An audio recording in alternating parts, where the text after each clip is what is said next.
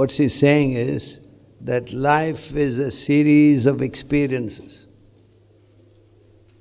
called Anubhava Dhara. Anubhava means experiences, Dhara means stream. Just as water flowing is a river, experiences flowing one after another is your life, is my life. When the experiences are happy, your life is happy. When the experiences are dull, your life is dull. As the experiences, so your life. But then the next they analyzed, what is an experience? An experience consists of two factors, subject and object. Subject is you, the individual. Object is the world that you contact. So when the subject meets the object, there is an experience. An experience flowing is life. That's what they found.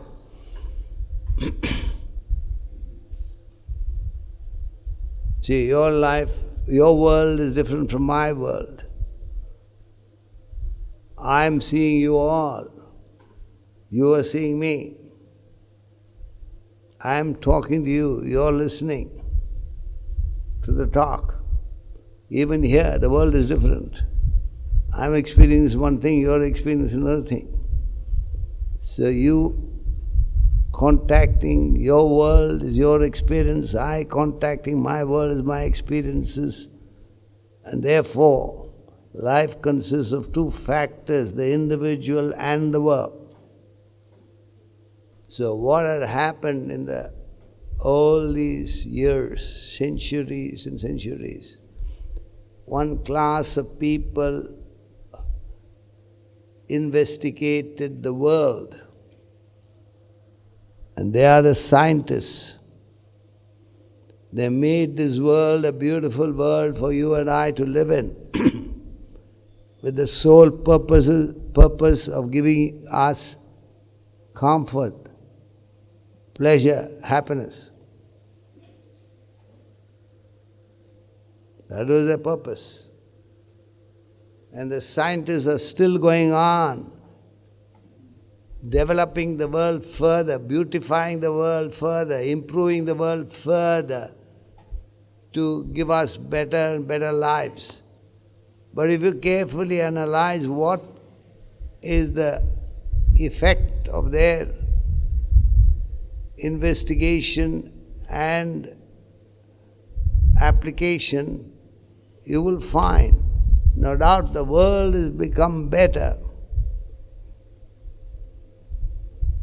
What was the world? What's the world now, 50 years back, 100 years back? You can't imagine the development, tremendous development. So, in this bungalow, in this village,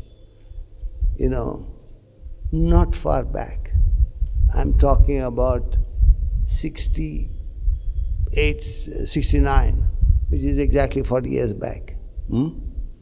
40 years back, I used to come to this bungalow. I knew the people in this bungalow. The bungalow was given by somebody, not built by me. That's the only thing I didn't build. Some of you may think, why such a big building for Swamiji?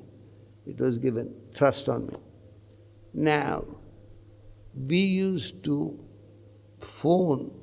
make a phone call from here to Bombay.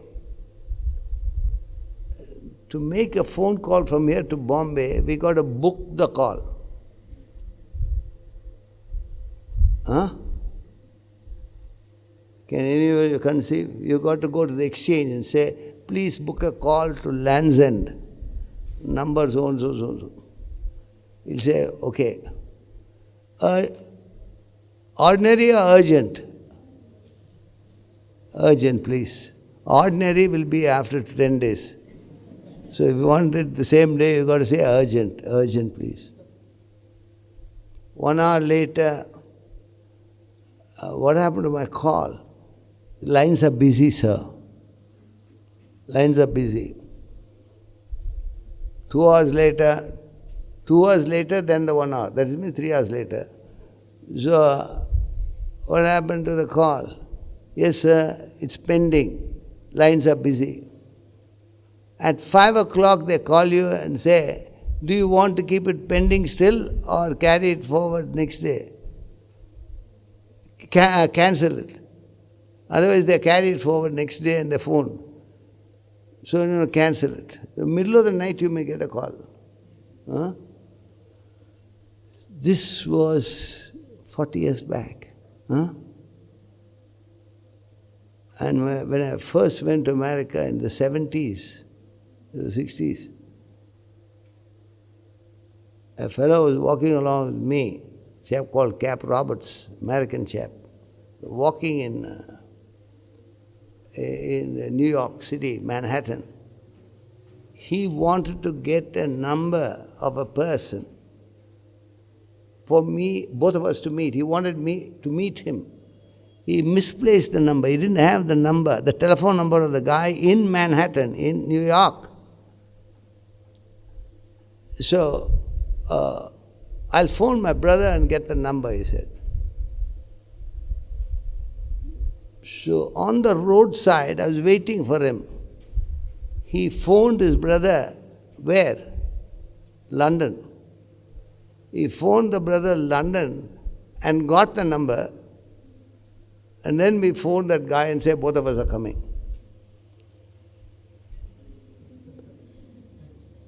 I was like a villager. I said, what is happening here? Sometimes 2 days we keep the call pending between here and Bombay.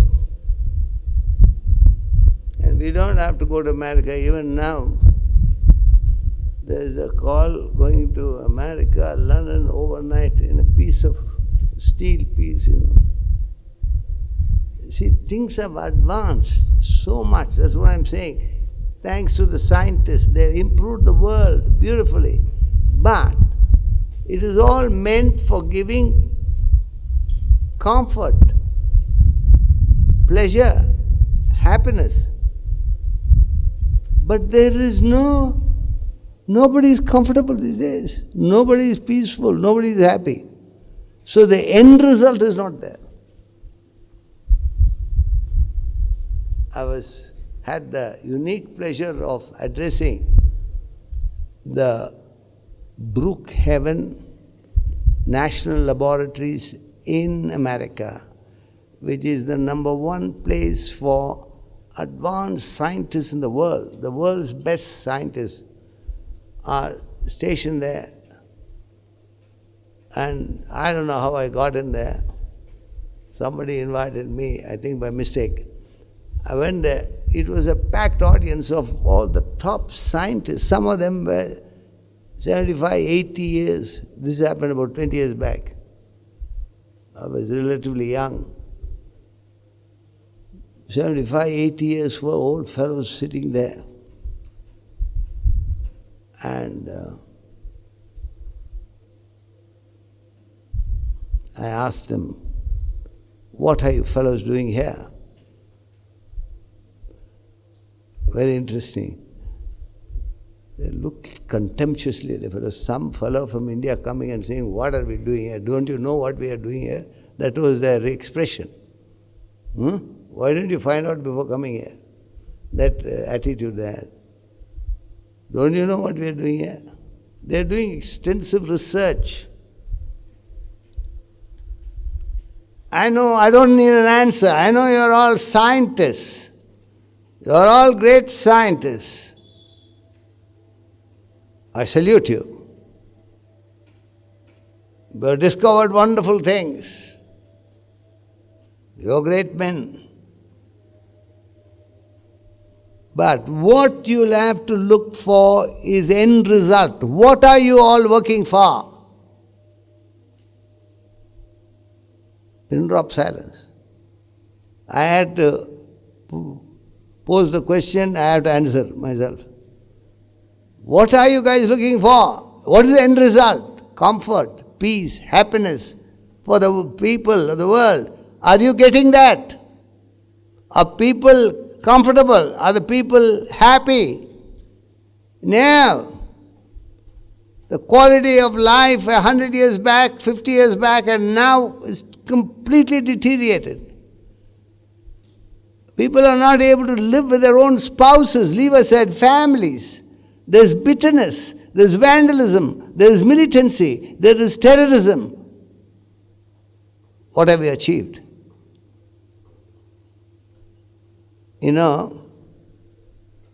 Imagine there's a beautiful factory, huge factory, and the raw material that they get from a far-off country, because the quality, they want to get the best raw material. And they got the best machinery, highly qualified engineers to run it. Beautiful factory, best of raw material, the most sophisticated machinery and the most qualified engineer to run it. End result, the qualities that are coming is in a terrible condition. So therefore, they have what is known as, I'm telling them all this. See, the factories must have what is known as quality control. If you manufacture a cloth, I've seen it myself, one line goes, they reject the whole thing. In a carpet, you see here, I saw the factory here. There's a factory about an hour away from here. Who gave us this factory, gave us this carpet? It's run by a British industry. One line, if it's missing, some mistake in the computer, they reject the whole thing. Because none of us would take something in between if it is not the same spots that you see. So this is called quality control. So there's always a quality control for whatever you are doing. So you guys are doing extensive research for bringing out peace and happiness. You have not got that. So you got to change your style of action. What are you doing? Mechanically, you guys have a herd instinct. I showed them the 1,000. No, that was not there. Something else,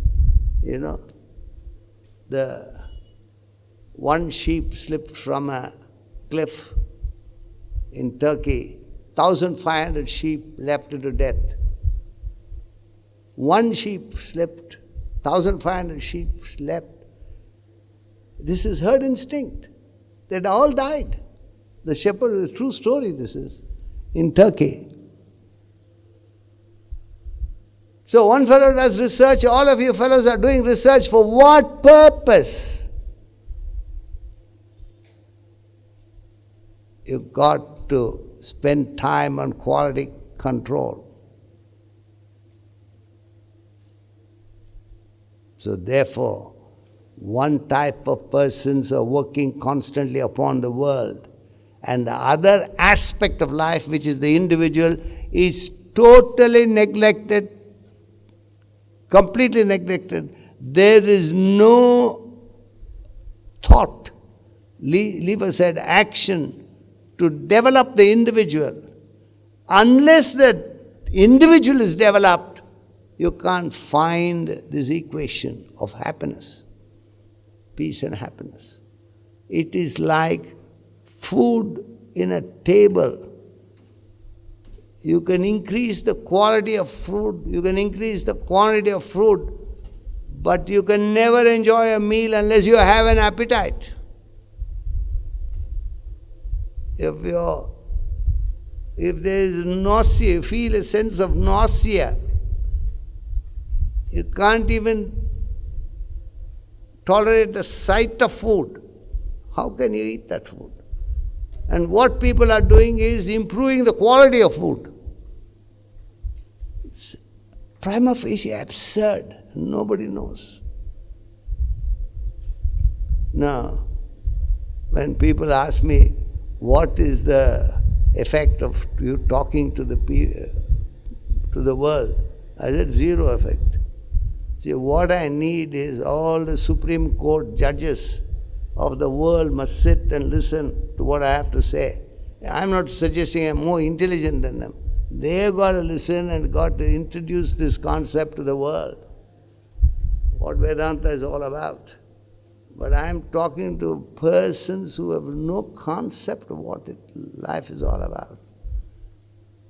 I'm talking about the Supreme Court, Chief Justices all must sit together and analyze this problem to give some credence to life. Subjective development. Subjective development prepares the individual to meet the challenges of the objective world. Human beings alone are faced with the dilemma of choosing their actions. They need to exercise their choice of action every moment of their life. All other creatures have a computerized, preset program of action. They do not have the problem of choosing their action. A tiger cannot become a vegetarian, nor a cow become a meat eater. They are constrained to follow a course of action to suit their particular nature.